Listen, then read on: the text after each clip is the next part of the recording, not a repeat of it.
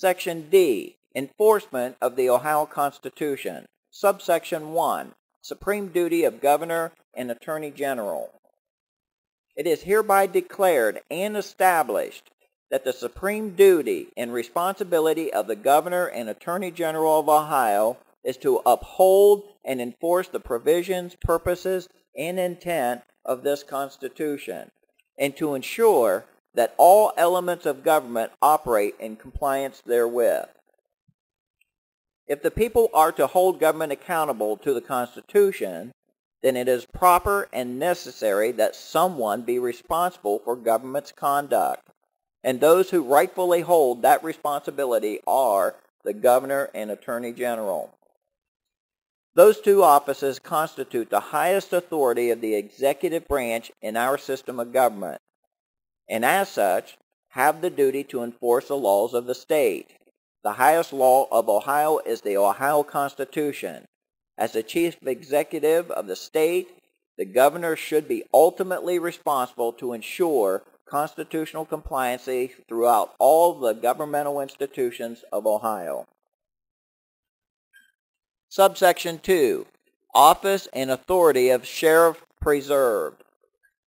It is further established that the office of sheriff shall be preserved by this Constitution as an integral part of the Ohio executive branch and ever remain a servant of and to the people in Ohio.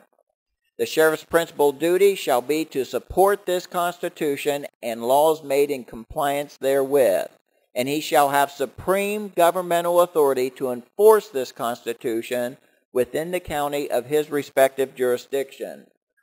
Sheriffs may call into service sheriffs of other counties and deputize Ohio citizens for official service in times of emergency and other extraordinary circumstances to preserve or restore the peace and protect the people in Ohio. The county sheriff is the highest law enforcement authority because he acts directly on behalf of the people. His office must be protected from encroachment from the legislature, and this can only be done through the Constitution. Subsection 3, Prohibition against federal and foreign agents. No enforcement action shall be exercised by any federal or foreign agency against the people in Ohio except through the county sheriff and upon presentment of a valid judicial warrant, in which instance said sheriff shall apprehend and deliver the accused to the appropriate authority at the county jail. The sheriff may rely on assistance from the relevant federal or foreign agents at his sole discretion. All of this is already established in our system of law, but not where it is protected by the Constitution and the people can readily find it. Ohio, as a sovereign state of the Union, is a separate and distinct jurisdiction from the federal and foreign governments. Their power to encroach upon the people in Ohio is limited and subject to the protections of the state on behalf of its people. Subsection 4, Protection of Fundamental Rights in the Courts. It is the duty of all judges, magistrates, commissioners, and other similar officers, whether judicial or administrative, to preserve the people's fundamental rights in the course of rendering their assessments, decisions, determinations, opinions, judgments, and orders. The state has no authority to deprive the people the free exercise of their fundamental rights and liberties, except in punishment of a crime and only by due process of law. It is the court's duty to preserve the fundamental rights of the people and to be watchful for any stealthy encroachments upon them in the course of fulfilling its duties. The courts must be the protector of the people's rights and liberties from trespassers and government, whether or not said rights and liberties have been expressly preserved by the accused. Subsection 5, Right to bear arms defined, non-infringement and abuse of right, militia preserved. To forever secure the sovereignty of the people and their ability to provide for or protect themselves, their property, their community, and this state the fundamental right of the people to acquire, possess, carry, trade, and utilize any manner of arms, weapon, personal armament, and other devices and munitions designed for personal use, excluding all manner of explosives and biological or chemical systems, shall not be infringed, encumbered, prohibited, nor abrogated except by due course of law and upon conviction of a high crime involving assault with a deadly weapon. The right of the people to assemble, exercise, and maintain a people's militia shall be likewise retained. Without the right to bear arms, the people cannot ultimately protect their other fundamental rights and liberties from the abuses of government. The only purpose for the deprivation of this right from the general populace of the people is to exercise powers detrimental to the best interests of the people. In many instances, the prohibition of the people to bear arms has resulted in genocide, perpetrated against them by their own governments. There has been much controversy over the right to bear arms, and we want to make it perfectly clear that the right to bear arms is fundamental to the security of the people. Similarly, the right of the people to exercise a people's militia, independent of the control of government, should likewise be protected for the same reasons. Only when one has abused their right to the injury of another, or when such prevailing circumstances abound, should the right to bear arms be infringed or limited. Subsection 6. State to encourage personal protection. The state shall encourage and promote the people's free exercise of personal protection, preservation, preparedness, and defense. One of the best examples of a citizen's militia is that of Switzerland, where the state issues weapons and conducts training to its citizenry. The state's duty to protect public health and safety could not be more effectively executed than through encouraging the people how to be adequately prepared for any kind of potential emergency. Such a program would reduce crime and enhance the people's ability to defend themselves and their communities from potential harm. The right, duty, and capacity of the people to be self-reliant and self-sufficient cannot be overemphasized for a free state. It enhances the security of the people, and it reduces the burdens upon government to protect and care for the public.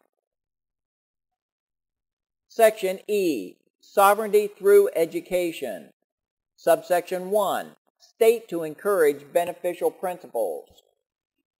To preserve and maintain sovereignty, the state shall encourage and promote that all schools in Ohio support the principles of good government and this Constitution, and of a moral and ethical society, nothing to the contrary. Said principles shall include, among others of similar beneficial interest, the following. A. Perpetuation of absolute truth in all things.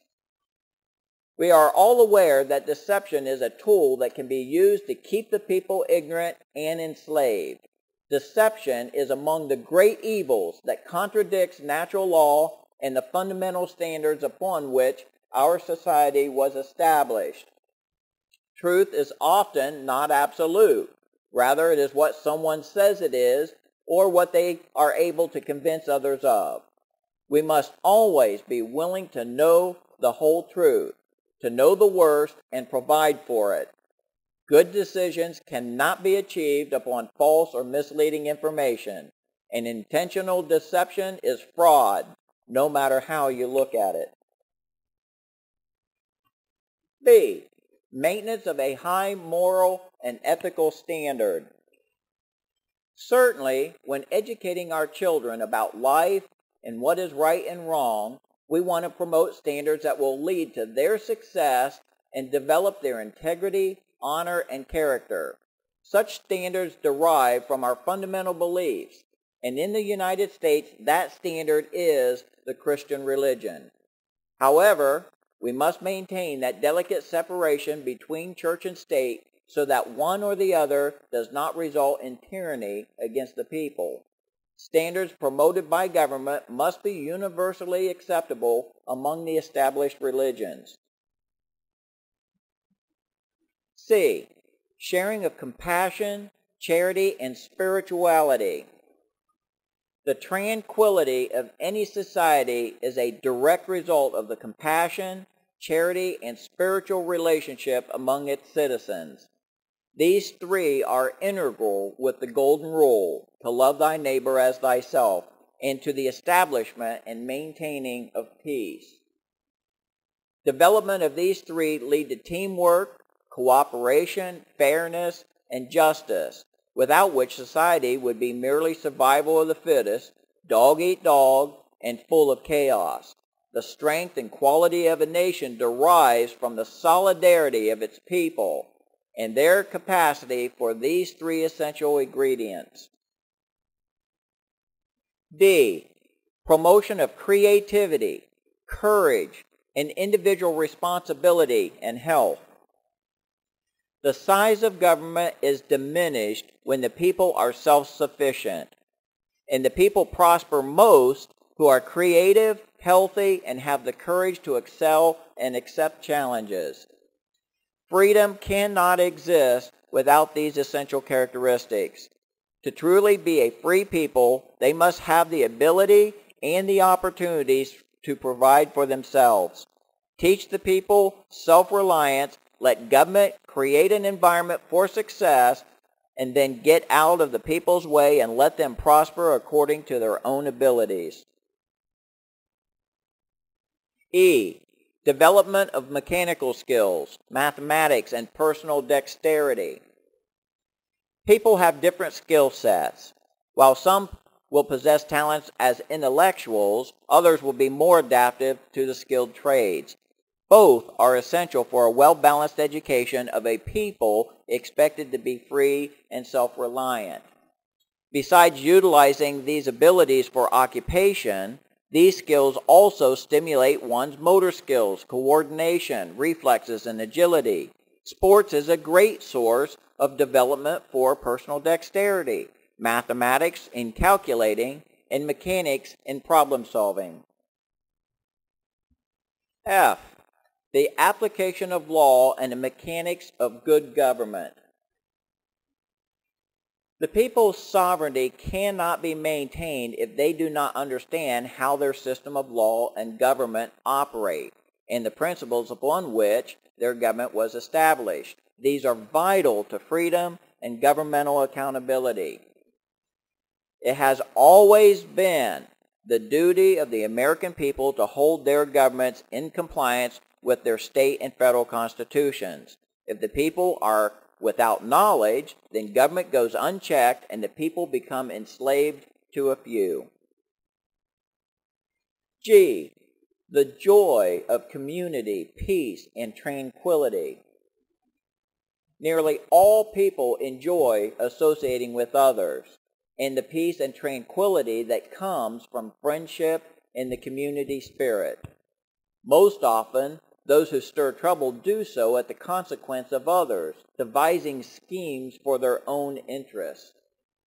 We teach our children the importance of working together, playing fairly, showing respect, and adhering to the rules of conduct. We do this to promote peace and tranquility. It is time we do this as a nation. H. The importance of good character, integrity, and honor.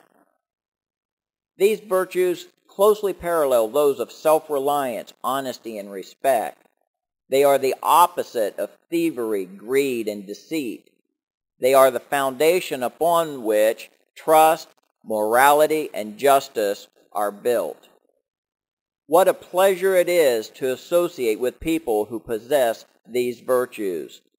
They are at the very core of everything good, and without which there is distrust, turmoil, and suspicion always.